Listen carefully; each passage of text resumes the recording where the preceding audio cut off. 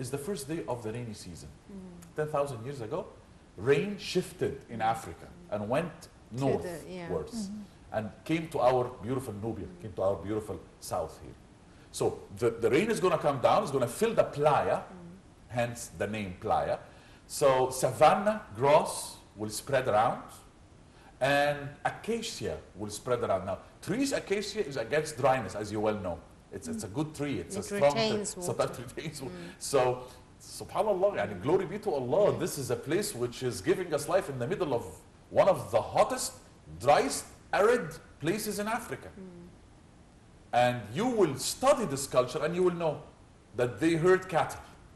And by this, Vivian Davis, one of the prominent Egyptologists, is telling us in his study that that became the first African person to herd cattle. And that's a glory to the Egyptian history. Before history. That is before history was written, you made history before history. That's the southern Egyptians. How come this is an amazing event? And they found more than 44 types of grains. That's agriculture, before agriculture. Before those guys go and live on the Nile Valley. Because there is another source of water. And they said they stayed for almost 4,000 years. So you're talking about a very constant way of life. And the 3 wells that they found, wells, when you study wells anywhere, you would know that a well of water means a very well-organized society. Yes? Why? Because if you came to me, if I'm the boss of this tribe, and you came to me, Mr. Bassam, please, I want 4 buckets of water. Oh, you have 3 buckets of water. Because you only have 2 people in your family. You will take 6 buckets. There is a design of social activity of life. There will be, I would give you my bucket because you have another kid in your family. This is a good social organization if you have a well. And that's what happened in the Arab Peninsula, for example. Especially when the wells are not very all over the place. And exactly, Nabta Playa, it's scarce. Nabta Playa, 3 wells. That's what's happening with the Nile Stream countries. See, today go back to Nabta Playa, see how they solved the problem. Go back to history. You can use history in solving modern problems. That's what I'm trying to tell the people for the last 15, 20 years. Read your history so that you don't repeat your mistakes. Yeah.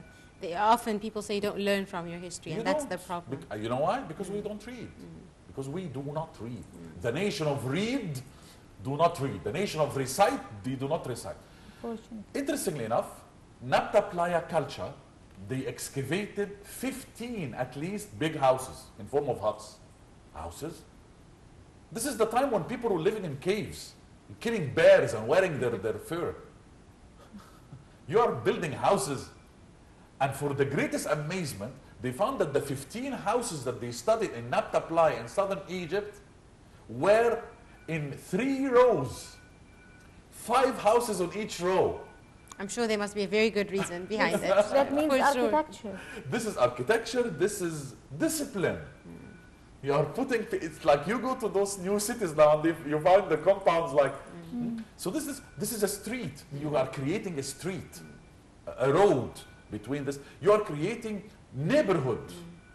You are creating, how are you gonna, all of this is depending upon when is the water coming. And that's why some people believe today, I'm one of them, is that this Nabta Playa culture is the culture that taught the ancient Egyptians how to lead their lives. Because you should have a route for a civilization. I'll tell you tomorrow, make me a Ferrari car. It's impossible. I'm a media lady, so I do not know how to make a Ferrari car. Well, take 5 years and bring me a Ferrari car. Maybe, perhaps. 20 years and make me a Ferrari car. That can be logical. Exactly the same thing. Build me a pyramid of 2,300,000 blocks of stones. 6 million tons weighing. No way. But build me a small tomb, and then a mastaba, and then 2 mastabas, and then one side of the pyramid in my dome fell down because there was a mistake. So we're going to solve the mistake in the air. This error will be solved afterwards. So we'll make a bent pyramid, from bent pyramid to the perfect pyramid to a smaller pyramid, and so on and so forth. Which actually leads us, Doctor, to another question regarding how ancient Egyptians used issues of astronomy, for example, in the designing of the pyramids. I mean, if everything was related to, for example, water, the tide, the sunlight, etc., how was this involved in the designing of one of the most ancient and amazing monuments in the world today? Good question. If you are not surprised by why all those buildings are related to the movement of the sun and the planets and so on, take a look at the pyramids. Didn't you notice that the 3 entrances were towards the north? All face one side. Excuse me. North, Khufu, Khafra, Menkaure. Leading you towards the north. It's pretty amazing.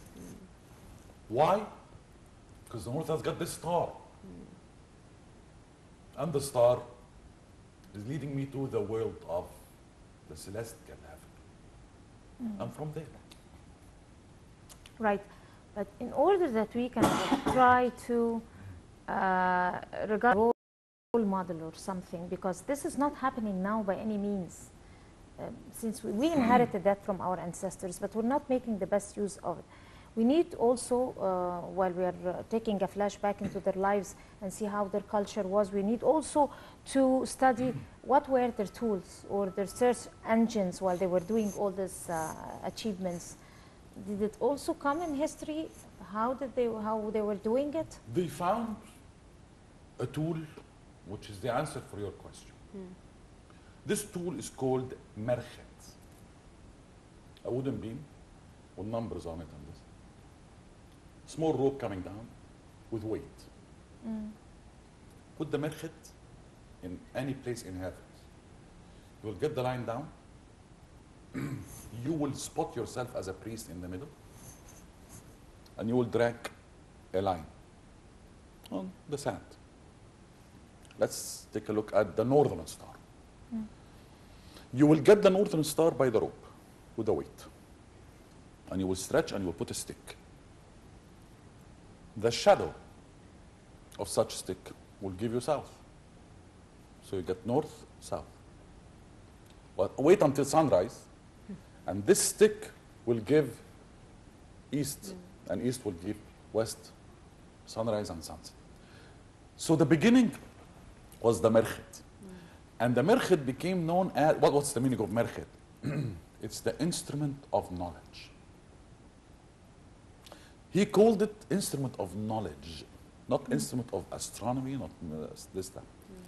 And that's why, when you take a look at the king, they always wanted to be Ikhemsek. Ikhemsek is a hieroglyphic word for the imperishable star, the indestructible star, the star that is infinite. So to become a part of that kind of galaxy, if you like, the Milky Way, as we call it, the awareness, the river of stars.